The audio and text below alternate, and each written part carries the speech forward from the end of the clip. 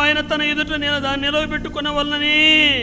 చూసారా, ఏ సంఘం అంటే ఇది చెప్పాలా? మహిమగల సంఘముగా ఎలా మారింది?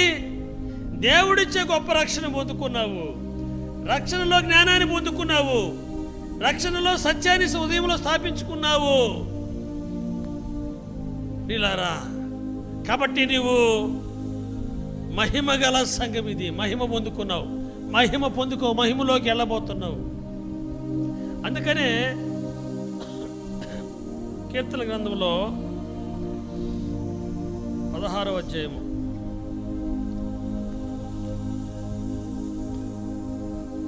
కీర్తన గ్రంథము 16వ అధ్యాయము 6వ వచనం, మనోహర స్థలములలో నాకు పాలు ప్రాప్తించును, శ్రేష్టమైన స్వాస్థ్యము నాకు కలిగెను. గృహప్రవేశము అని అంటారు. ఏమంటారమ్మా? గృహములో ప్రవేశిస్తూ ఉండేవాళ్ళు కొత్త గృహములు ఏమంటారు? గృహప్రవేశం అంటారు. చనిపోయిన వాళ్ళు పైన ఒక మాట రాయబడి ఉంటుంది, మహిమ ప్రవేశము. ఎక్కడికి వెళ్ళినట్టు చెప్పండి? మహిమలోకి ప్రవేశించాడు. దేవుని బిడ్డలు చనిపోయినప్పుడు, ఆత్మీయులు మరణించిన తర్వాత బ్యానర్లో ఆ మంచి మాట రాస్తూ ఉంటారు అన్నమాట, మహిమ ప్రవేశము అనేసి. మంచి మాట. ఎందుకని? రక్షణ పొందుకున్నాం కాబట్టి, నిజ దైవాన్ని మనం తెలుసుకున్నాం కాబట్టి, ఆ దేవుని చిత్తాన్ని అనుసరిస్తున్నాం కాబట్టి మనకు ఆ ప్రవేశం ఉంటుంది ప్రియులారా. ఆ మహిమలో ప్రవేశం మనకు ఉంటుంది. అర్థమవుతుంది అన్నవాళ్ళు గట్టిగా వెళ్ళి చెప్పండి. ఇక వినాలి కాబట్టి వింటున్నాము. నీరసంగా అన్నవాళ్ళు కూడా వెళ్ళి చెప్పండి. ఎవరా? వాక్యం విన్న తర్వాత బాప్తిసం పొందినోళ్ళు ముందుకు వచ్చేయాలి. అయ్యా, మహిమ ప్రవేశము ఆపోజిట్ ఏంది? నరక ప్రవేశము. రాయిర్లే, బ్యానర్ల మీద రాయిర్లే. ఎవరన్నా తాగి చచ్చిపోయినారు అనుకోండి, నరక ప్రవేశం అని రాస్తారా? రాయరు. అలా కూడా మహిమ ప్రవేశం అని రాజేస్తుంటారు.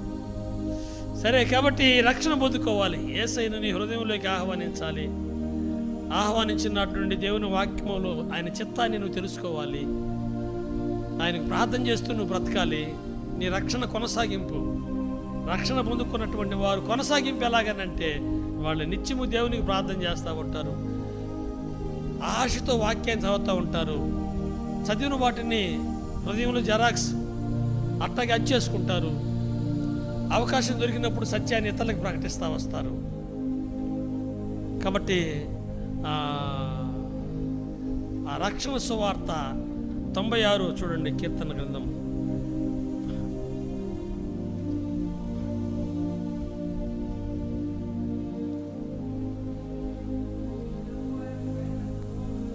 అనుదినము ఆయన రక్షణ సువార్తను చూసారా? అనుజనుల్లో ఆయన మహిమను ప్రచురించాలా. మహిమ ఒకటి ఉందని ప్రచురించాలా.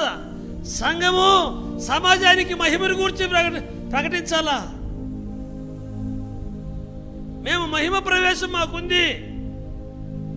అంధకార సంబంధమైన దేవత ముసుగు వేసిన కారణాన సత్యాన్ని ఎరగక అబద్ధమైన కల్పితమైన వాటిని అనుసరించి జీవము గల దేవుణ్ణి జీవితంలో చేర్చుకోక నరక ప్రవేశంలోకి వెళ్లకుండా రండి, యేసయ్య నమ్ముకోండి అని సువార్తను చెప్పాలి. ఏ సువార్త ఇది? రక్షణ సువార్త. ఏం ప్రకటించాలి? మహిమను ప్రకటించాలి. మహిమ. ఇంకా రక్షణ పొందుకోకుండా, బాప్తీసం పొందుకోకుండా ఆలోచిస్తూ ఉన్నావు. ఒకవేళ ప్రభు ఈ రాత్రికి వస్తే, ప్రభు నీ జీవితంలో నిన్ను ప్రేమించి మాట్లాడేవన్నీ విడిచిపెట్టేస్తే ఎలాగా రక్షణ పొందుకో. ప్రభు నేను బాప్తీసం ద్వారా నీ బిడ్డగా మారుతాను, నా హృదయములో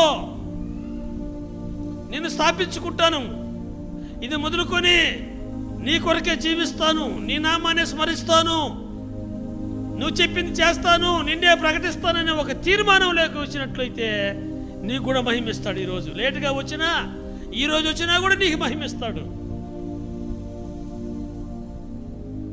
పెళ్లికి పెడతారు కానీ రక్షణకు సిద్ధపడరు కొంతమంది. పెళ్లికి సిద్ధపడతారు.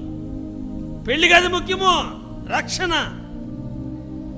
యేసయ్య నామాన్ని నువ్వు అంగీకరించి యేసు ప్రభు నీ జీవితంలోకి స్వీకరించినప్పుడు నువ్వు దీవించబడతావు, నువ్వు సంతోషంగా ఉంటావు, నువ్వు ఆయుష ఆరోగ్యాన్ని పొందుకుంటావు, ఆనందకరంగా జీవిస్తావు.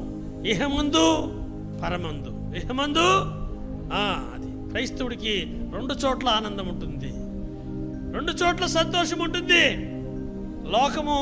లోకంలోనే సంతోషిస్తుంది, ఆ తర్వాత ఇక సంతోషం ఉండదు వాళ్ళకి. భౌతిక దేహమందు జీవించిన కాలం మనం సంతోషిస్తాము, దేహం విడిచిపెట్టిన తర్వాత కూడా మనము ప్రభువులో సంతోషిస్తాము. కాబట్టి